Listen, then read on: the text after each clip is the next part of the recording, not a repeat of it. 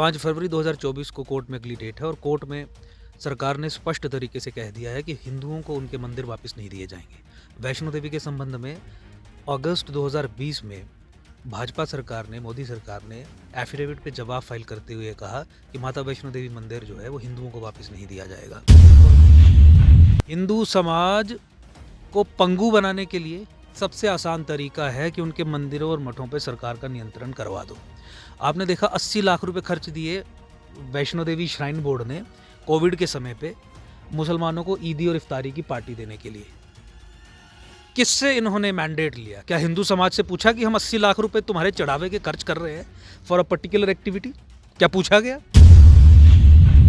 पूरा देश आज बारीदार समाज के साथ खड़ा होने के लिए आ रहा है, हिंदू समाज के साथ खड़ा होने के लिए आ रहा है और माता वैष्णो देवी मंदिर का सरकारी नियंत्रण खत्म हो ताकि सनातनी समाज के सशक्तिकरण का मार्ग प्रशस्त हो, उसके लिए आ रहा है। तो आपके माध्यम से मैं सबको न्योता देता हूँ, खासकर डिस्ट्रिक्ट रियासी के लोगों को न्योता देता हूँ, पूरे जम्मू संभाग के लोगों को, सनातनी समाज को न्योता देता हूँ, हर उस व्यक्ति को न्योता देता हूँ पूरे भारतवर्ष में जो इस इंटरव्यू के माध्यम से हमारी आवाज़ सुन रहा है, जो सनातन में निष्ठा रखता है, सनातन में विश्वास रखता है, वो 14 जनवरी 2024 को सवेरे 11 बजे कटरा में आए, कटरा के मेन चौक में आए, जो श्रीधर चौक है, जीवल चौक भी जिसे कहते हैं, और इस आंदोलन में, इस महायज्ञ में, आंदोलन भी नहीं है, महायज्ञ, इस महायज्ञ में अपनी आहुति डाले। और आप ये सब लोग जानते हैं, मैं बहुत बार ये बात दोहरा रहा हूँ, आपके इंटरव्यू के माध्यम से जो मेरी आवाज़ सुन रहा है उसे हम न्योता दे रहे हैं, न्योता दे रहे हैं माता वैष्णो देवी धाम कटरा में आने का। और कटरा में आने का न्योता कोई व्यक्ति नहीं देता है, कटरा में आने का न्योता जिस तक पहुँच रहा है वो आप मान के चलिए कि उसे माता ने न्योता दिया है, क्योंकि कटरा में वही आ सकता है जिसे माँ बुलाती है। तो अगर इस आपके माध्यम से मुझे ये मौका मिला और इन लोगों को, जो लोग सुन रहे हैं मुझे टीवी के माध्यम से, मोबाइल में, इंटरनेट के माध्यम से, वो इस न्योते को ले रहे हैं, तो आप समझ लीजिए कि आपको माँ वैष्णो देवी ने बुलाया है और आपको ज़रूर अपनी हाजिरी यहाँ पे लगानी है।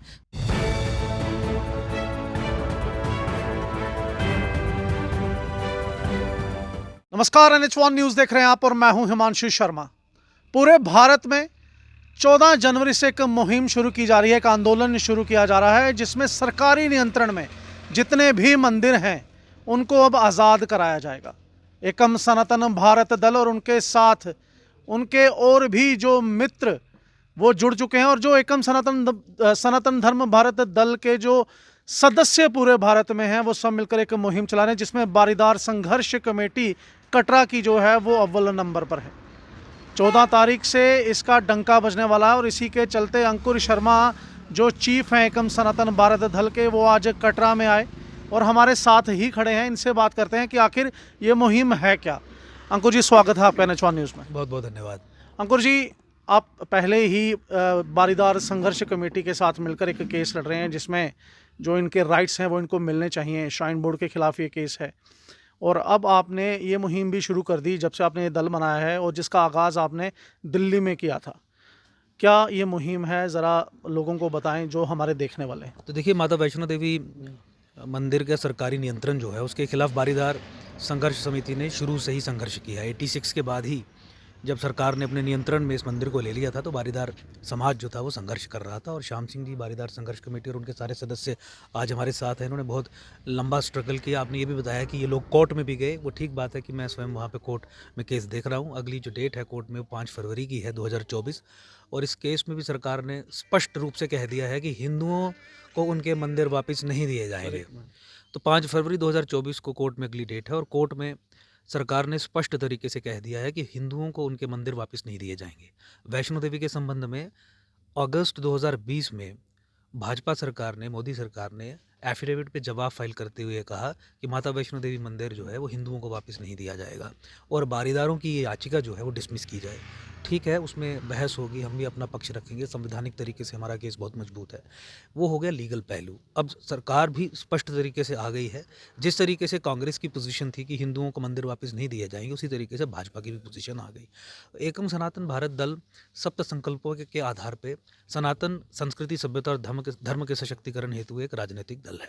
बारीदार संघर्ष समिति कार्य कर रही थी तो मिलकर हमने ये तय किया कि क्यों ना पहले जंतर मंतर में और उसके बाद फिर यहीं से जम्मू कश्मीर में माता वैष्णो देवी के ही आशीर्वाद से कटरा टाउन से इस बात को आगे बढ़ाया जाए कि हिंदुओं के मंदिरों को सरकार मुक्त करे जहाँ जहाँ भी उन्होंने कैप्चर किए हैं, एनक्रोच किए हैं या असंवैधानिक तरीके से कब्जा किया है। उसी पृष्ठभूमि में 14 जनवरी 2024 यानी आने वाला रविवार संडे को कटरा के मेन चौक, जो श्रीधर चौक है, पंडित श्रीधर जी चौक है, जीवल चौक भी जिसे कहते हैं, मेन जो चौक है कटरा में, वहाँ पे एक बड़ा भव्य कार्यक्रम आयोजित हो रहा है। वहाँ पे माता के भजन और सत्संग के साथ साथ इस विषय पे हर तरीके की स्पीच, पॉलिटिकल स्पीच, उसके ऊपर बातचीत की जाएगी। अवेयरनेस कैंपेन चलाया जाएगा, एक प्रोटेस्ट रजिस्टर करवाया जाएगा कि पूरा सनातनी समाज, पूरा हिंदू समाज इस बात से दुखी है कि सरकार ने सेक्युलर अफसरों को, धार्मिक संस्थानों को चलाने के लिए ऊपर से बैठा दिया है। देखिए, मस्जिदें चलाएं मुसलमान, गुरुद्वारे चलाएं सिख, और चर्चेज चलाने के लिए हैं आपके पास क्रिश्चियंस, और हिंदुओं के मंदिर हिंदू नहीं चलाएंगे, और हिंदुओं के मंदिर चलाए सरकार। और फिर सरकार जब मंदिर चलाए तो हिंदू और सनातन समाज के सशक्तिकरण के लिए कुछ ना करे, तो ये अब टॉलरेबल नहीं है। हम पहले भी कहते आए हैं कि जब तक हिंदू समाज के हाथ में उनके मंदिरों और मठों का नियंत्रण नहीं आएगा, तब तक हिंदू समाज और सनातन सशक्त नहीं हो सकते, मजबूत नहीं हो सकते। मैं आपको एक एग्जाम्पल के तौर पे दे के बता दूं, बहुत सारे लोग बात करते हैं दूसरे पृष्ठभूमि में।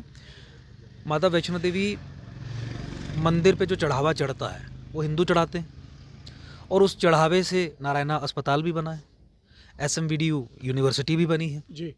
मुझे बताइए, एक गरीब हिंदू को अगर फ्री इलाज करवाना हो, क्या वो नारायणा ऑफर करता है? ये निर्णय किसने लिया कि हिंदुओं का इलाज नारायणा अस्पताल में फ्री में नहीं होगा, गरीब हिंदुओं का? ये निर्णय किसने लिया कि माता वैष्णो देवी यूनिवर्सिटी में ओवरवेलमिंगली हिंदू लोगों को एम्प्लॉय नहीं किया जाएगा, और धर्म के लोगों को भी एम्प्लॉय किया जाएगा? श्राइन बोर्ड में हिंदुओं के अलावा और धर्मों के लोगों को भी एम्प्लॉयमेंट की अपॉर्चुनिटीज़ दी जाएंगी। और बारीदार समाज, 1986 के बाद से आप इनके बच्चों का हाल देखिए, एम्प्लॉयमेंट का स्टेटस देखिए, या आम जो हिंदू समाज यहाँ पे है उनकी पूरी दिशा और दशा देख लीजिए। तो सनातन समाज के सशक्तिकरण के लिए, हिंदू समाज के सशक्तिकरण के लिए बहुत आवश्यक है कि हिंदुओं के मंदिरों का नियंत्रण उनके पास आए। मैं दूसरी एग्जांपल देना चाहूँगा। आज जम्मू कश्मीर में गौ हत्या पर से बैन हटा दिया सरकार ने जी। Post abrogation. जम्मू कश्मीर में गौ हत्या के खिलाफ कोई कानून नहीं है। आरपीसी में इससे पहले एब्रोगेशन 370-35 के खात्मे से पहले आईपीसी में ढीली ढाली सी एक सेक्शन थी, लेकिन ultimately cow slaughter largely ban था।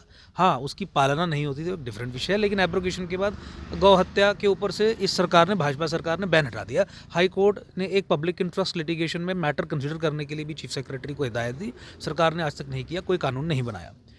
उसके बावजूद भी जब समाज के प्रयासों से जो गौ तस्करी हो रही होती है, उसमें जब ट्रक पकड़े जाते हैं और पुलिस जो है वो पशुधन को छुड़वाती है, गौ माता को छुड़वाती है, तो उसके बाद उनके रखरखाव के लिए पुलिस के पास या आम लोगों के पास उतने साधन या पैसा नहीं होता कि उनको वो पाल सके। हमारी गौशालाएं हैं, देखिए कितने अभाव में चल रही हैं। अब मैं केवल एक ही बात कह रहा हूँ कि आज अगर हिंदू समाज के पास माता वैष्णो देवी का नियंत्रण आ जाए तो 500 करोड़ रुपए अगर सालाना रेवेन्यू जनरेट होता है माता वैष्णो देवी से, तो 50 करोड़ रुपए केवल गौ माता के लिए रख दिए जाएं, तो मुझे बताइए कि एक भी गौ माता वहाँ पे दर-बदर होगी? जी। तो ये मैं कुछ ऐसी चीज़ें बता रहा हूँ जिस पे पूरे हिंदू समाज को विचार करना है कि हिंदू मंदिर और मठों का नियंत्रण जब उनके पास आएगा तो गौ माता भी बचेगी, हमारी संस्कृत जो देव भाषा है वो भी मजबूत होगी, क्योंकि उसके लिए आप गुरुकुल खोलेंगे। ये निर्णय कौन लेता है कि संस्कृत की मजबूती के लिए गुरुकुल नहीं खोलना है? माता वैष्णो देवी श्राइन बोर्ड में जो निर्णय लेने वाले लोग हैं वो सेक्युलर लोग हैं, वो सेक्युलर सरकार के सेक्युलर ऑफिसर्स हैं, और वो निर्णय लेते हैं। अगर हिंदू समाज के हाथ में होगा तो हिंदू समाज के सशक्तिकरण के लिए, सनातन संस्कृति सभ्यता धर्म के सशक्तिकरण के लिए निर्णय लिए जाएंगे। उसमें वो डिफरेंट मॉडल्स डिस्कस आप कर सकते हैं। और ख़ासकर बारीदार समाज के लिए मैं ये कहना चाहूँगा कि जिन लोगों ने, जिस समाज ने माता वैष्णो देवी मंदिर की स्थापना की, भगवान पंडित श्रीधर जिनके बाद यहाँ पूरा माता वैष्णो देवी का स्थान पूरा व्यवस्थित तरीके से हुआ और फिर पूरे ये लोग यहाँ पे आए, ये परंपरा के संवाहक हैं। माता वैष्णो देवी के मंदिर में क्या होना चाहिए, किस समय होना चाहिए, किस तरीके से, किस विधि से होना चाहिए, ये उसके संवाहक हैं। और ऐसे लोगों को आपने यहाँ से बाहर निकाला, ऐसे लोगों की रिप्रेजेंटेशन आपने वहाँ पे नहीं रखी। जो मूल है माता वैष्णो देवी की, कुल देवी है ना माता वैष्णो देवी बारीदार समाज की, और आप उनको बाहर निकाल के आप सब कुछ सेक्युलराइज करना चाहते हो। ये हिंदू धर्मस्थल है, ये सेक्युलर धर्मस्थल नहीं है। इसीलिए सरकार का इस धर्मस्थल में कोई भी हस्तक्षेप होना नहीं चाहिए और सरकार का किसी भी तरीके से कंट्रोल नहीं होना चाहिए। आज अगर हिंदुओं के हाथ में माता वैष्णो देवी का मंदिर का कंट्रोल, मैनेजमेंट, एडमिनिस्ट्रेशन आती है, नारायणा में गरीब हिंदुओं का फ्री इलाज होगा, SMVD यूनिवर्सिटी में गरीब हिंदुओं की फ्री शिक्षा होगी। 90% 95% से अधिक हिंदू समाज के लोगों को यहाँ पे एडमिशन दी जाएगी। और माता वैष्णो देवी का अगर कंट्रोल हिंदू समाज के पास आता है तो जम्मू संभाग का एक भी ऐसा जिला नहीं होगा जहाँ पे नारायणा जैसा अस्पताल ना बने। हमें सरकार पे डिपेंड होने की ज़रूरत ही नहीं है। अस्पताल माता वैष्णो देवी के माध्यम से हम बना सकते हैं, यूनिवर्सिटीज़ हम बना सकते हैं। गुरु, एक सवाल आपसे पूछना चाहूँगा कि क्या सरकारें हिंदू मंदिरों को सिर्फ मनी इन द बैंक समझती हैं? क्या एकम सनातन भारत दल जो है, क्या यही सोच लेकर आगे चल रहा है कि ये जो पैसा है जो गैर हिंदुओं में लगाया जा रहा है वो हिंदू समाज को विकसित करने के लिए लगाया जाए? हिंदू समाज को पंगु बनाने के लिए सबसे आसान तरीका है कि उनके मंदिरों और मठों पर सरकार का नियंत्रण करवा दो। आपने देखा 80 लाख रुपए खर्च दिए वैष्णो देवी श्राइन बोर्ड ने कोविड के समय पे मुसलमानों को ईदी और इफ्तारी की पार्टी देने के लिए। किससे इन्होंने मैंडेट लिया? क्या हिंदू समाज से पूछा कि हम 80 लाख रुपए तुम्हारे चढ़ावे के खर्च कर रहे हैं फॉर अ पर्टिकुलर एक्टिविटी? क्या पूछा गया? यहाँ पे मैंने पहले भी बताया कि नारायणा अस्पताल में इलाज करवाना हो 5 लाख पे 5,000 रुपये का डिस्काउंट देंगे गरीब हिंदू को। BPL का कोई कॉन्सेप्ट ही नहीं है। या हिंदू सशक्तिकरण के लिए कोई भी कार्य नहीं करेंगे। गुरुकुल खोलने की आवश्यकता है, यूनिवर्सिटीज़ खोलने की आवश्यकता है जहाँ हमारे वेदों की, पुराणों की पढ़ाई हो। हमारी संस्कृति को मजबूत करने के लिए जो शिक्षा पद्धति फैलाने की ज़रूरत है वो हो। सरकार यहाँ का पैसा उठा के कभी हज की सब्सिडी के लिए दे देगी, कभी ऐसे लोगों को लोन में दे देगी करप्ट प्रैक्टिसेस करके जो लोन वापस नहीं लौटाएंगे। NP हो जाएगा, बैंक भी अपने हाथ खड़े कर देगा और श्राइन बोर्ड का कंट्रोल सरकार के पास ही है। सरकार भी चुप, बैंक भी चुप, क्योंकि सबकी मिली भगत से आपने हिंदुओं का पैसा लूट के किसी एक वर्ग विशेष को दे दिया। तो ये सब चीज़ें बंद करने के लिए देखिए, हिंदू सशक्तिकरण, सनातनी समाज का सशक्तिकरण तब तक नहीं हो सकता जब तक सनातनी समाज के द्वारा चढ़ावे का पैसा सनातन के सशक्तिकरण के लिए खर्च ना हो। और मंदिर टेक ओवर करने के पीछे अभिप्राय ही यही है कि सनातनी समाज इतना सशक्त ना हो जाए कि उसे सरकार की आवश्यकता ही ना पड़े। आज घगवाल में नरसिंह भगवान के मंदिर के ऊपर आपने एडमिनिस्ट्रेटर बैठा दिया, एक आपने SDM लेवल का, तहसीलदार लेवल का व्यक्ति बैठा दिया। उसकी क्या निष्ठा है? वो एक सेक्युलर इस्टेब्लिशमेंट का सेक्युलर प्रिंसिपल से बंधा हुआ एक मुलाजिम है। उसकी क्या निष्ठा है? घगवाल के लोग वहाँ पे जो पिछले इतने दशकों से मंदिर में अपनी आस्था बैठा के उसे मेंटेन कर रहे हैं, कमियाँ कुछ हो सकती हैं, उन्हें ठीक किया जा सकता है। ये थोड़ी मतलब है कि आप छीन लोगे और वापस समाज को नहीं दोगे। उनकी निष्ठा अलग है कि 2 साल में 3 बार ट्रांसफ़र होने वाले लोगों की निष्ठा अलग है। वहाँ की परंपरा, वहाँ के ट्रेडिशंस, वहाँ के कस्टम्स, उसका एक्सपर्ट कौन है? एक वो IAS या KS ऑफिसर जिसे रत्ती भर भी कुछ नहीं पता, या वो लोग जिन्होंने उस मंदिर की स्थापना की और इतने वर्षों तक उसे चलाया और इतना बड़ा बनाया कि करोड़ों रुपए वहाँ पे लोग डोनेट करते हैं और आपकी आंख पड़ गई वहाँ पे। तो इसीलिए हम इस आंदोलन को ना केवल यहाँ पे शुरू कर रहे हैं, बल्कि हमने अपनी पार्टी एकम सनातन भारत दल के संविधान से भी ऊपर का जो डॉक्यूमेंट है, जो हमारे सप्त संकल्प है, उसमें भी जगह दी है। हमने ये कहा है कि मंदिरों और मठों का सरकारी नियंत्रण खत्म करवाएगा एकम सनातन भारत दल, क्योंकि 2024 में हम चुनाव भी लड़ रहे हैं, 400 से अधिक सीटों पे लड़ रहे हैं। जम्मू लोकसभा से चुनाव हम लड़ रहे हैं, कठुआ उधमपुर लोकसभा से चुनाव लड़ रहे हैं, जम्मू कश्मीर में 2 सीटों से चुनाव लड़ रहे हैं। तो पॉलिटिकली भी इसे टेकअप कर रहे हैं, पब्लिक मोबिलाइजेशन के माध्यम से, सामाजिक मोबिलाइजेशन के माध्यम से। कटरा में जैसे 14 जनवरी को हमने रखा, उसके माध्यम से भी कर रहे हैं, और जम्मू कश्मीर हाई कोर्ट में और कोर्ट में भी हम इसकी लड़ाई लड़ रहे हैं। तो ये हमारे लिए एक निष्ठा का, आस्था का सवाल है और इसकी सिग्निफिकेंस हम समझते हैं। अंकुर जी, पिछले समय में देखा गया है, अखबारों में भी आया, टीवी में भी आया कि कुछ मंदिरों का नियंत्रण सरकार ने उनके जो संस्थापक थे उनको वापस दिया है। तो क्यों श्री माता वैष्णो देवी की अगर बात करें, या बारीदार संघर्ष कमेटी की बात करें, या बारीदारों की बात करें, तो इसको लेकर क्यों सरकार या श्राइन बोर्ड पीछे नहीं हटता और उनके संस्थापकों को इसी तर्ज पे, जैसे कुछ मंदिर वापस दिए गए, संस्थापकों को नहीं दे पा रहा? देखिए, जितने भी मंदिर वापस दिए गए वो कोर्ट की इंटरवेंशन के बाद ही संभव हो पाया। साउथ इंडिया में सुप्रीम कोर्ट की इंटरवेंशन के बाद बहुत सारे मंदिरों का कंट्रोल, मैनेजमेंट और एडमिनिस्ट्रेशन उन्हें वापस सौंपा गया, और संवैधानिक पोजीशन भी यही है, और यही आधार है हमारे आर्ग्यूमेंट्स का भी जम्मू कश्मीर हाई कोर्ट के सामने। संवैधानिक तरीके पे, कानूनी तरीके से हम बिल्कुल सशक्त हैं, लेकिन सरकार की मंशा ठीक नहीं है। और मंशा से आप सीधा अंदाज़ा लगा लीजिए कि आर्टिकल 25 और 26 की जब हम बात करते हैं, संविधान के जो अनुच्छेद हैं, उसके तहत ये बात ठीक है कि सरकार कुछ समय के लिए नियंत्रण अपने हाथ में ले सकती है, फिर कुरीतियाँ करके वापस दे सकती है, दुरुस्त करके उसे 5-6 साल के भीतर वापस देना पड़ता है।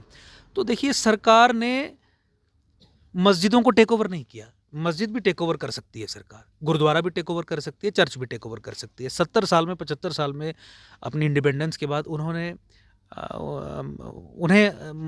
इन धार्मिक स्थलों को अपने कंट्रोल में नहीं लिया, केवल हिंदुओं के मंदिरों को टारगेट किया।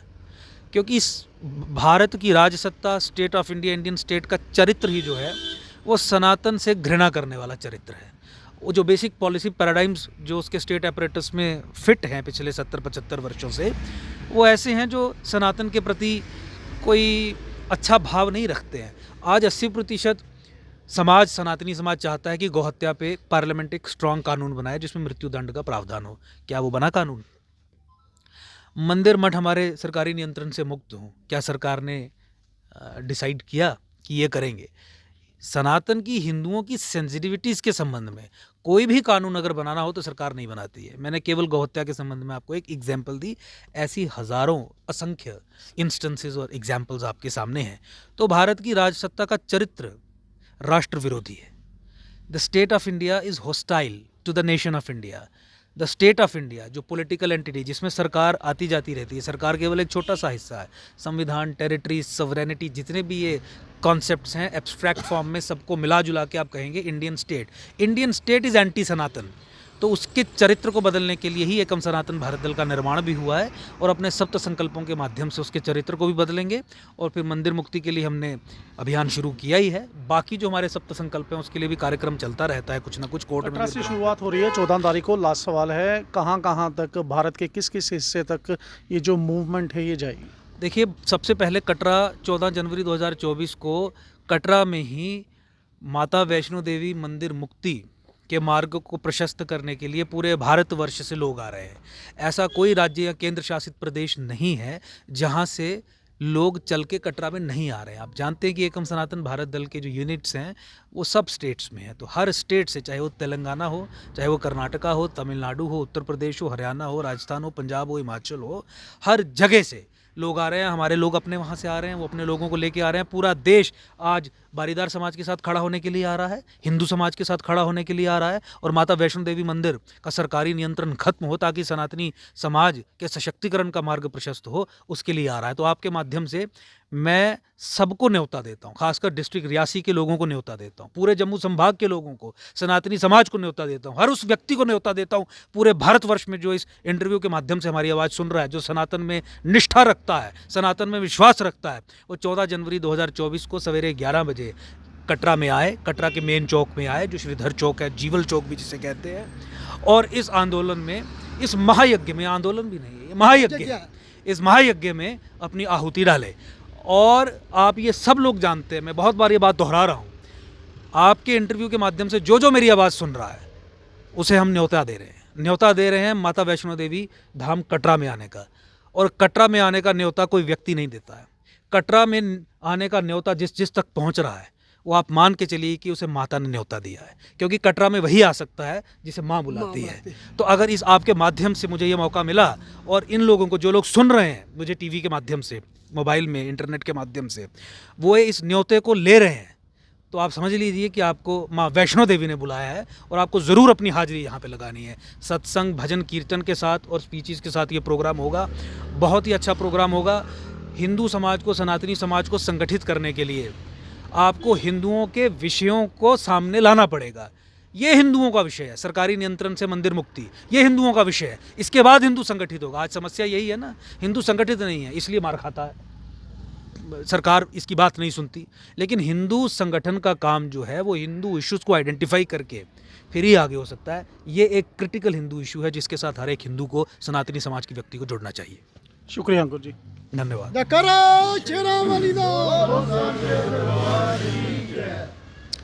ये थे हमारे साथ अंकुर शर्मा, पेशे से एडवोकेट हैं और एकम सनातन भारत दल के चीफ हैं, और इनकी जो सदस्यता है इनके पार्टी की पूरे भारत में है। दिल्ली में इन्होंने एक ऐसा आंदोलन छेड़ा था जिसमें हर एक व्यक्ति ने गुस्सा जाहिर किया था कि क्यों सिर्फ हिंदुओं के मंदिर ही सरकार के कब्जे में हैं।